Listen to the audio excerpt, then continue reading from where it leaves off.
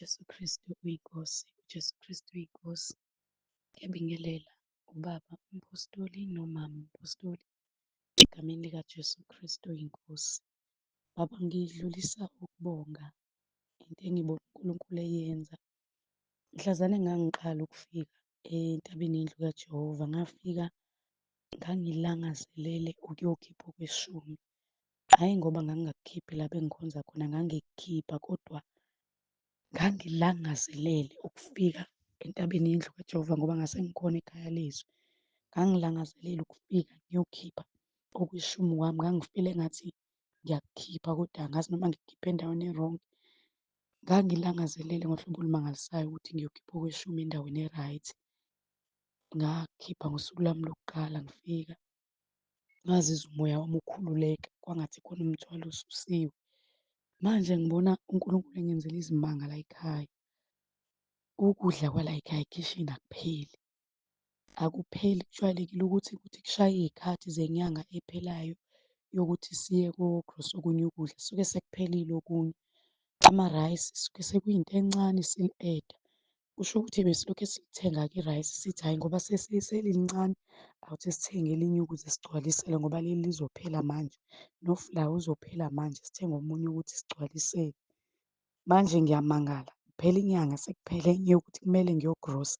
Irayisi engalithengela ukuthi ngifuna ukugcwalisela ngalo leli uma liphela, angakulivuli. Nalo leli engangilibona ukuthi liyaphela, yingakho ngithenga elinye ukuthi linezelwe, nalo alipheli limile. Ufulawa awupheli umile. Inyama ebijwayele ukuphela efrijini nayo ayipheli. Manje ngiyamangala nje ukuthi ngoba siyadla nje kumile kodwa ukudla kumile, akunyakazi, akupheli. Ngizothi uJesu Kristu uyinkosi ngoba all along bengikukhipha mina okweshumi esontweni lami ngiyakukhipha nje. Kodwa nje sengingena entabeni yendlu kaJehova, angazi manje ukuthi sekwenzakalani. Sekuma ngisho ukudla ekhishini kungapheli. UJesu Kristu uyinkosi, ngiyambonga uNkulunkulu obiyela yonke into la ekhaya, abiyele ngisho ukudla kwakhona. Jesu Kristu uyinkosi. Jesu Kristu inkosi baba, ngiyabingelela, ngiyabingelela baba. Hayi baba, uNkulunkulu lokhu ekhulumile kusukela last week. Lokhu ngiziba baba, kodwa-ke ngiyabona ukuthi sekumele ngiyikhulume le nto. UNkulunkulu leyiletha khona kuselula ukuthi usende i-VN siyilethe kubaba ngenxa yomsebenzi ucabange kaningi. Kodwa kulokhu nje baba, hayi uNkulunkulu uyayikhuluma le nto ukuthi asikhuze, angikhuze baba. Ngingakakhuzi nje kunezwi wabetholakala lapha kuZakhariya verse 2, chapter 2 verse 8. Uthinta wena, uthinta inhlamvu yeso lakhe. uNkulunkulu baba. Baba, njalo mangabe uletha inkonzo ekhaya lezwi, kunabantu ababhuqayo. Kunabantu, uNkulunkulu ukhulume kanjalo, kunabantu ababhuqayo baze bakulingisele. Uthi uNkulunkulu baba, asiyikhuze leyo nto. Uma ngabe usekhaya lezwi, uhlalela ukuthi uzobhidliza, ungahambisani nombono uNkulunkulu awubekile kuwena baba. Uthi uNkulunkulu abaphume abantu, noma ngabe isentabeni, abaphume baba ngoba bazolimala. Bangabi izambane ilibolile bazongcolisa umsebenzi kaNkulunkulu. Bakulingisela baba, baze bahlebe bakhulume. Ukhona abasekhaya lezwi baba, abangazile ngokuthi baze uzothola usizo bezenkulunkulu. Baze nje noqobo lwakho bazodila nje nawe baba, lethu usathane bazodila nawe. uNkulunkulu baba uyayikhuza le nto baba, uthi abaphume mangabe bezekhaya lezwi bezolimaza umsebenzi kaNkulunkulu. Ngoba kuze kwavela ukuthi baba, mawungena nje ulethe inkonzo usuku nosuku, bayalalela, bafuna ukucinga, bacinge lokho abafuna ukubambelela ngakho. Bayalwa basempini. Uthi uNkulunkulu abaphume, abaphikisana nombono awubekile uphezu kwempilo yakho. Ngoba konke okwenzayo awukwenzi wena baba, uyenziswa. Zakhariya 2 verse 8, uthinta wena, uthinta inhlamvu yeso lakho baba, baze bakwazi ukuthi konke lokhu abakwenzayo abakwenzi kuwena, bakwenza uNkulunkulu uqobo. beyikhuza uNkulunkulu Baba lento Baba. uJesu Kristu inkosi, Jesu Kristu inkosi, Jesu Kristu inkosi. Jesu Kristu inkosi. Jesu Kristu inkosi, Jesu Kristu inkosi. Ngiyabingelela kakhulu mkhulu. Kuwe mkhulu, ugogo, umama umpostoli, umndeni wonke wakaNsibande. Ngiyambonga uNkulunkulu mkhulu. Kule weekend nje kufika ukuthi ake ngithule i-report nje ukuthi konke mkhulu kuhamba kahle, konke kuhamba kahle.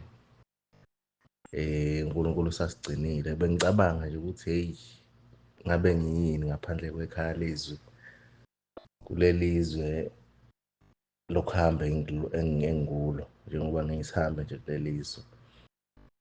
Ngiyambonga uNkulunkulu mkhulu ngekhaya lezwi, inkonzo yabefundisi yangibusisa kakhulu.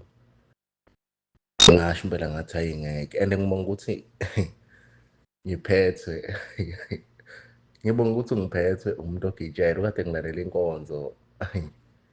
Inkosi uJesu, ngiyabonga mkhulu, ngiyabonga. Ingakho inhliziyo yami nje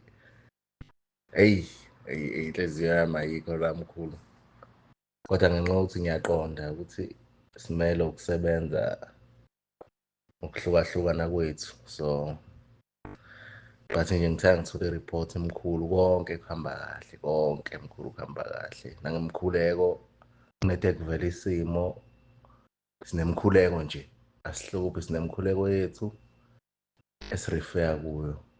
11 June May 18 Roma 10 verse 9, umkhuleko sinayo nje umkhuleko. So ngiyabonga mkhulu, ngiyambonga uNkulunkulu kahle kahle, ngiyambonga uNkulunkulu. Nje ngithanda ngithole i-report mkhulu, konke nje kuhamba kahle, konke kuhamba kahle. Ngiyabonga mkhulu, ngiyambonga uNkulunkulu.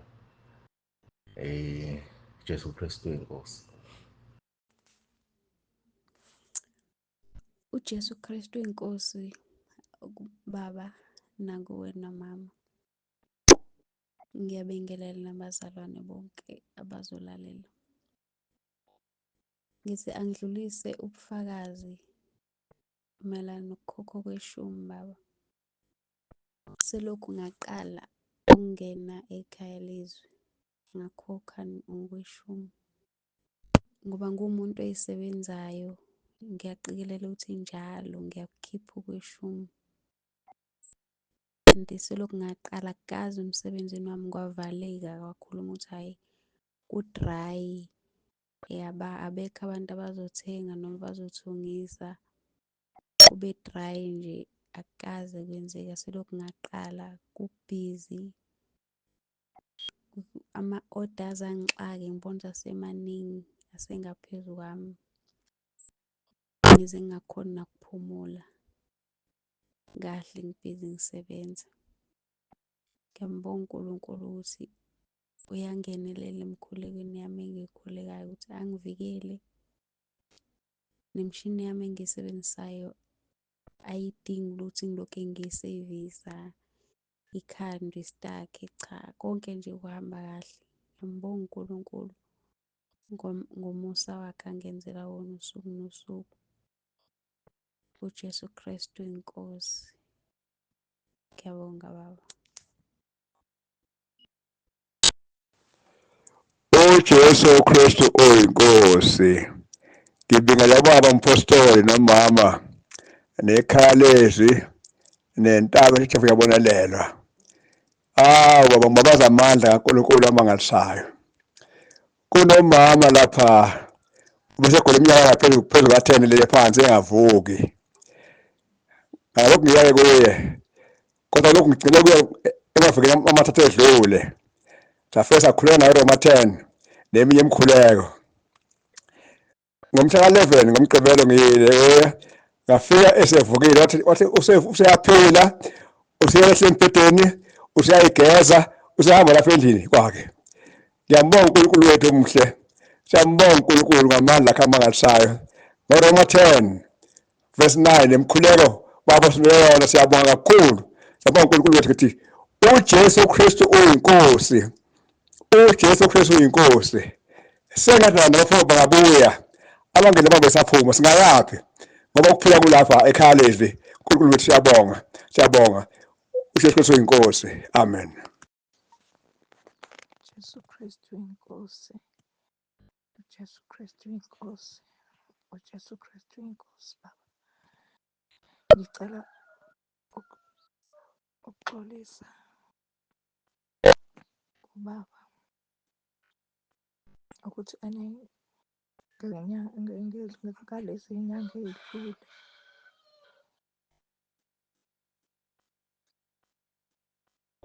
ngalezi nyanga ey'dlule kwangena imoji ngingayibonanga. Kwabazalwana abangitshelayo ukuthi angicishe imoji. Ngathuka mina ngangazi ukuthi iyiphi le imoji engayifaka ngoba ngiyifakanga. Kusho ukuthi kwenzeka iphutha anginganakile. Manje ngicela ukuthi ngoba ngiyezwa la ama-VN akhuluma ngama-emoji ukuthi i-emoji uyayicisha kodwa ngale egruphini ingacishi. Nami sengiyacabanga ukuthi ayicishanga mhlampe ngale njengoba ngayicisha ngala abazalwane babethi angiyicishe. Manje ngicela uxolo lapho nje Nkosi yami ngoba ngazi ngempela ukuthi kwenzeka kanjani. Nabo ngangibatshela ukuthi angiyifakanga i-emoji. Bengitshela ukuthi hhayi iyafakeka ngephutha. Ngayifuna le emoji ngayithola ngayicisha. Ngaleyo ndlela ngicela uxolo kakhulu kakhulu kakhulu. Sengiyabona ukuthi hhayi ngithule kodwa ikhona inkinga ekhona la kuleyo emoji njengakwabanye. Ngicela uNkulunkulu angisize angithethelele ngoba angiyazanga ukuthi yangena kanjani. Jesu Kristu inkosi. Ngiyaxolisa kakhulu kakhulu kakhulu. Ngiyaxolisa kakhulu angiphumuli nje ileyo emoji. Jesu Kristu inkosi. Jesu Kristu inkosi. Jesu Kristu inkosi, uJesu Kristu inkosi, uJesu Kristu inkosi. Baba nomama, ngiyanibingelela entabeni kaJehova.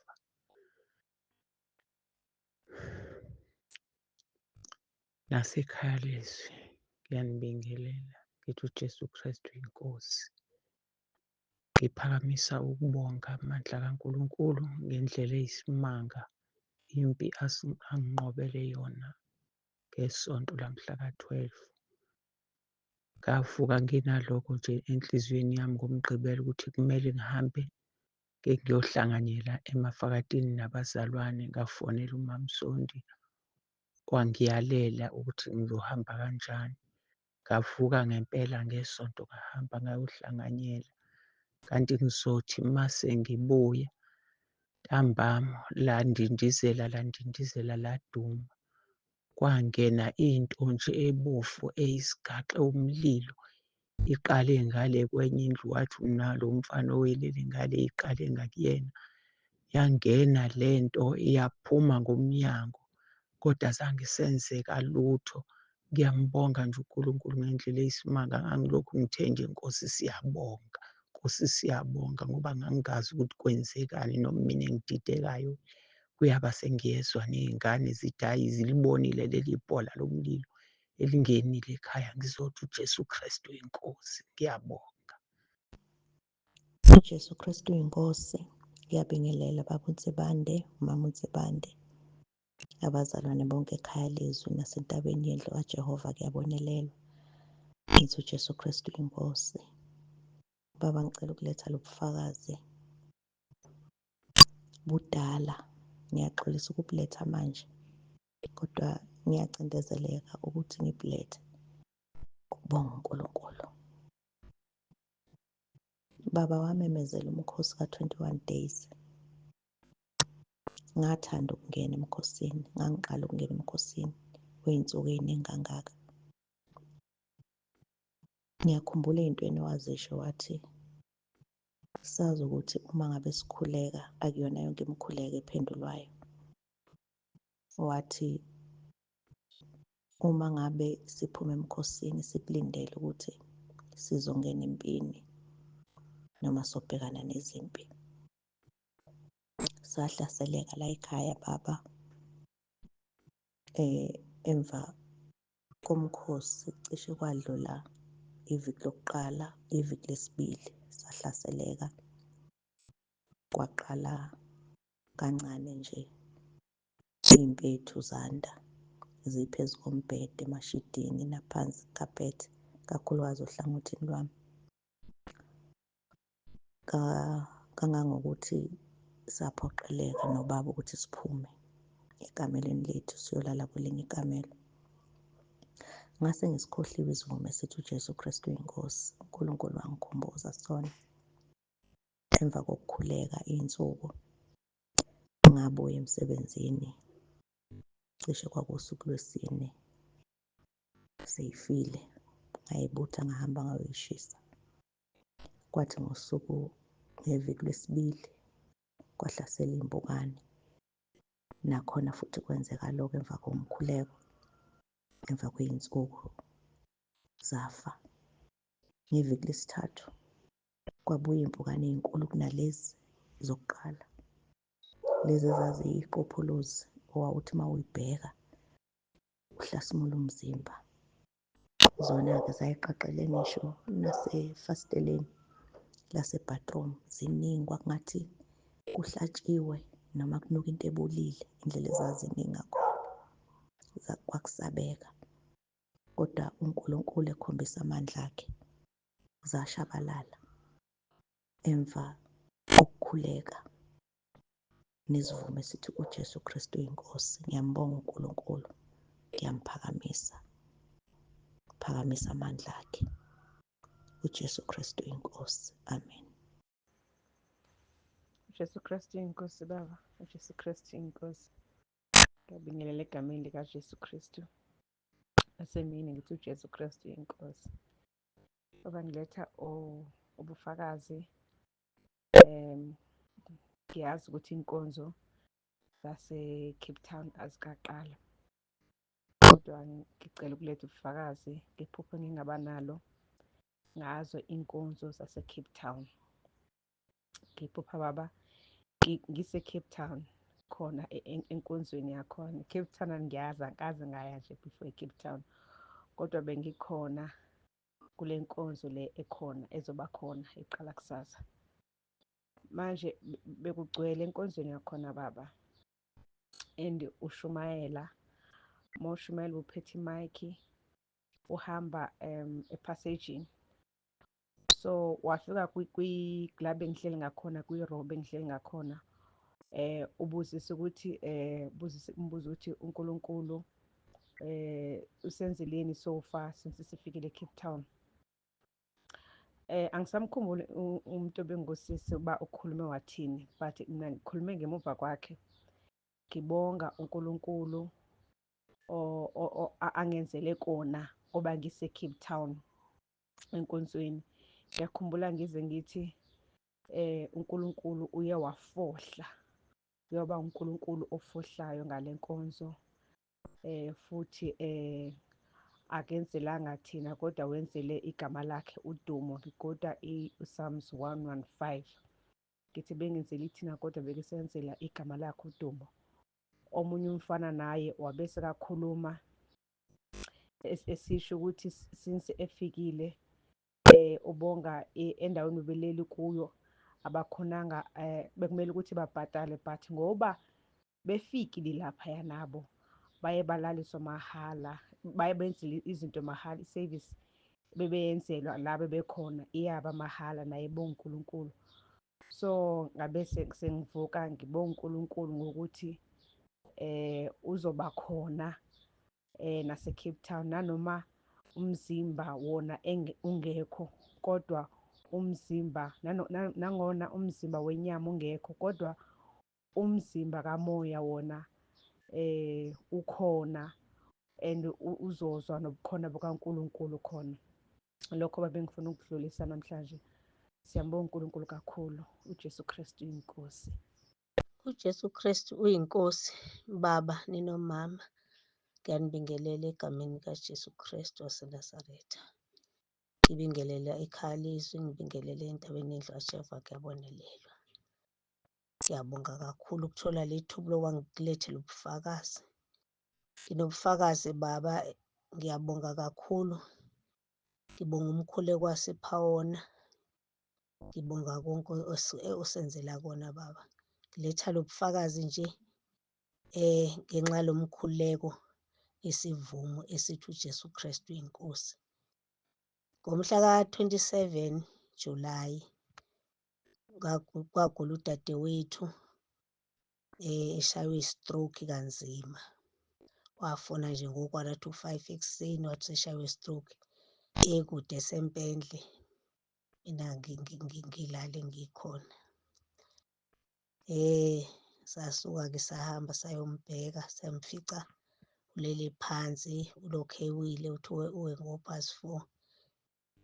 Ngafika nje ngavula lo mkhuleko sathandaza, samthatha samsa kudokotela, udokotela wamsa esibhedlela. Esibhedlela ulalile u-3 weeks wa-discharge-wa, samsizela ekhaya lakhe. Ngibonga uNkulunkulu wenu bazalwane, uNkulunkulu wakho baba usengcono kakhulu, ungcono kakhulu, siyazihambela. Inhliziyo yami iyamangala kakhulu uNkulunkulu into asenzele yona ngokululama okusheshayo ngohlobo oluyisimangaliso. Kwathi uphela uSepthemba wesekwazi ukuzitotobela esehamba. Simkhulekela nje ngalo mkhuleko bazalwane, lo mkhuleko abaseRoma 10:9 uyasiza kakhulu. Nesivumo esithi uJesu Kristu uyinkosi. Usephilile, usebuyele emsebenzini. Njengade kuvulwa nje emsebenzini ezikoleni ubuyelile naye. Phakamisa udumo kakhulu uNkulunkulu, ngithi Jehova siyakubonga ngako konke osenzela kona. Ngiyabonga bazalwane konke, ngiyabonga baba. Ngibonga umkhuleko wasipha wona. Lo mkhuleko uyasebenza kakhulu bazalwane, uyasebenza. Ngiwubonile, nguzwile. Nami ey'nkingeni zonke enginazo ngiyawuzwa ungethula umthwalo. Ngiyakhuleka njalo uma ngilala, ngisho isivumo, ngisho ebusuku uma ngiphaphama ngisho isivumo uJesu Kristu uyinkosi. Siyabonga kakhulu bazalwane, uNkulunkulu angathi angaqhubeka amgcwalise umntwana wakhe, amgcwalise ngogcobo alibeke kuye.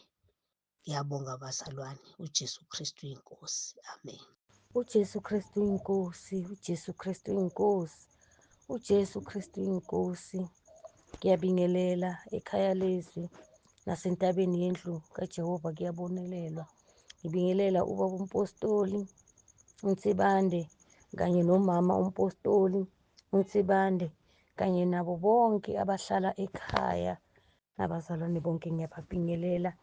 Ngiyabathanda ngomusa kaNkulunkulu, ngothando lamaZulu. Angikababoni abantu lebanethando njengabo abantu basentabeni yendlu kaJehova kuyabonelelwa. uJesu Kristu uyinkosi. Ngiyambonga uNkulunkulu, ngiyamdumisa, ngithi ufanele ukubongwa yena yedwa. Akekho onjengaye, akekho ongalinganiswa naye. Ngiyambonga kakhulu. Yathi bengingaqabanga ukuthi lesihlonza singaphola, yathi ngingathi ngikholwa ukuthi mara uNkulunkulu uzongilapha ngoba uthi ezwini lakhe lokungenteka ebantwini kuye kuyenteka. Yathi ngithi nangihleli usathane athi sivunguvungu, athi leli nyawo leli, hhayi leli, uyathi ngiyamangala. Nangilibuka manje ngiyamangala ukuthi Nkosi, ngoba amathambo besekaphihlikile nemisipha iphihlikile, kuhlumeke kanjani kwatholakala sekuhlangene futhi. Manje umlomo semncane, nginalenye injabulo lengingayadi, ngifikela lenye injabulo lengingayadi, lengazange sengiyibone. Akekho umuntu lekanganginika yona le njabulo lena ngaphandle kwaNkulunkulu. Ngiyambonga ubaba uNkulunkulu, ngithi uJesu Kristu uyinkosi, uJesu Kristu uyinkosi. Ngiyambonga kakhulu, ngiyambabaza, ngiyamdumisa. Nkosi yami uthembekile ngaso sonke isikhathi. Yena yedwa ufanele ukubongwa, yena yedwa ufanele udumo. UNkulunkulu ngaphezu kwabonkulunkuluwana, uJesu Kristu uyinkosi. Ngiyambonga, ngiyambonga, ngiyambonga, angazi nokuthi ngathini. Ngiyambonga. Jesu Kristu uyinkosi, Jesu Kristu uyinkosi. uJesu Kristu uyinkosi babe, uJesu Kristu uyinkosi, uJesu Kristu uyinkosi. Ngiyabingelela Baba Nsibande, sanza kuletha kubonga. Last week Thursday wasenda inshumayelo kodwa azange ngayilalela. Ngabe ngitoyilalela on Friday. Ngihlala esofeni, unyawo lami libuhlungu vele nje, idolo leli belibuhlungu. Wathi mawuguca usonga inkonzo uthandaza. Angizange ngiguce, ngahlala nje esofeni, but mase ukhuluma ukuthi labagucile ini, ngabe ngirivesa ngaguca.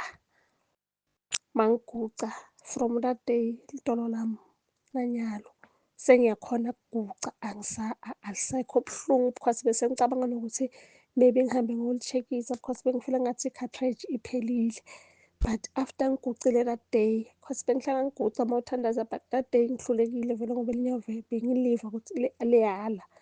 But after ngirivesa le nkonzo ngiguca ngithandaza, idolo lami lipholile. Ngiyabonga Baba. Jesu Kristu inkosi, Jesu Kristu inkosi.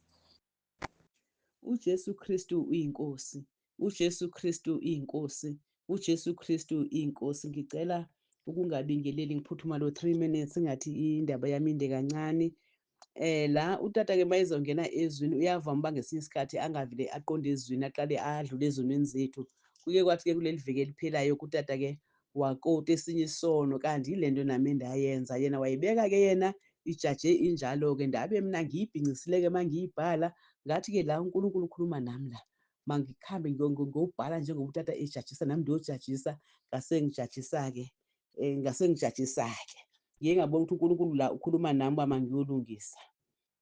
Ngizobonga kakhulu ngenkonzo yabomama. La kunomama owathi izulu lethu masingaloko sicabanga ngezulu lethu, izulu lami beloko lingihlalele kodwa uthi bakhulume nomama ngeva ukuthi hayi noko hayi izulu lami liyadeda manje kumina. Bese ngibonge futhi nangezwi lapha le ntombi ezilishumi, ngangazi ukuba kanti izibane izwi likaNkulunkulu, i-oyela, umoya oyingcwele. Ngiyakubonga lokhu kwembuleleka ngezwi likaNkulunkulu ebengingakwazi. Lokubhala kwezono ngiyakubonga kakhulu, ngimana ngibhala nje uNkulunkulu engikhumbuza ngibhala. Lokwakubalula komzimba kuyaqhubeka, ngiyakuva noba ngihamba edolobheni ukuthi ayingeke ngilula la edolobheni kuhamba kuhamba iguda la, kanti kona-ke sengikhulileke mina lapha eminyakeni-ke. La ngesikhathi ngingena ngoJulayi lapha ekhaya lezwi, nganginaleya moya-ke ememezayo-ke, plus nganginokukhohlela okwangadluli okwakuhambisana nophephethe, kodwa uJesu Kristu uyinkosi ungincede kakhulu. No-Romans 10 ungincede kakhulu, angisakhohleli, angisenaphephethe. Bengithi uma ngihamba indlela ngiphathe ibhodlelana lamanzi lokumana ngehlisa lokukhohlela, angisaphothe ibhodlela manje ngenxa yalo Romans 10 nalo Jesu Kristu inkosi. Siyabonga ngemikhuleko utata asithumelela yona, iyanceda nakwezinye izifo ezimana zivela emzimbeni, ziyaphela ngale mkhuleko. Ngizobonga uNkulunkulu ngendaba yasekhaya lezwi, ngiyayibonga kakhulu, ngiyayithanda. Amen. uYesu Kristu uyinkosi, uYesu Kristu uyinkosi, uYesu Kristu uyinkosi, uYesu Kristu uyinkosi. Ngibulise kutata uZibande, ngibulise mama uZibande, bonke abangcwele bakaThixo entabeni yendlu kaYehova kuyabonelelwa ekhaya lezwi, ngesivumo esithi uYesu Kristu uyinkosi, uYesu Kristu uyinkosi, uYesu Kristu uyinkosi. Hey, siyabulela bawuZibande ngawe tata. Xa ndicinga iminyaka endasebenza ngayo ukusuka ngo-1977 ukuyawuma ngo-2023, ndisebenze ezimayini, plus minus 50 years, ndingazani nokwesishumi. Ndaza ke apha emva ndakholwa, kodwa hayi ngehlobo icacisa ngalo tata ingacaciswa njalo apha ezinkonzweni zethu. Ndiyabulela kakhulu ke tata. Ndimcela kuThixo kwenyani andixolele kokwesishuma uba ndandingazi. Bangcwele uthi uba utsibande kuya ngokuba isishumi usikhipha ndawoni. Eyi, elo gamelo. Hayi ke ndisikhiphe kukweshumi njengesiqhelo. Phaya ey'ntsukwini clean kungene imali ephuma kwiThusano, ii-shares zasezimayini zakudala, kodwa imali engengephi. Hayi ndiphinde ndibone uba ngeke ndiyothenga iiphatsi zemoto, mandiphinde ndihlephule kule mali ndikhiphe okweshumi. Hayi ke ndihambe ndiyothenga iipatsi zemoto, ndifuna useyivisa imoto. Besithi 2,000 and nto i-quotation. Xa ndifika apha ndiyobhatala zithi 1,500. Laa 2,000 and nto seyehlile ngenxa yeshumi. Ndithenge ke ndibuye. Xa ndifika endlini, hayi ndifike ndilale. Xa ndivuka ebuthongweni ndidiniwe, ndijonge ewolodropini, nantsi 600 futhi. Andiyazi noba isuka phi. Thenjwe ukuthi ke okweshumi kubalulekile. Enkosi. uYesu Krestu inkosi, uYesu Krestu inkosi. Amen.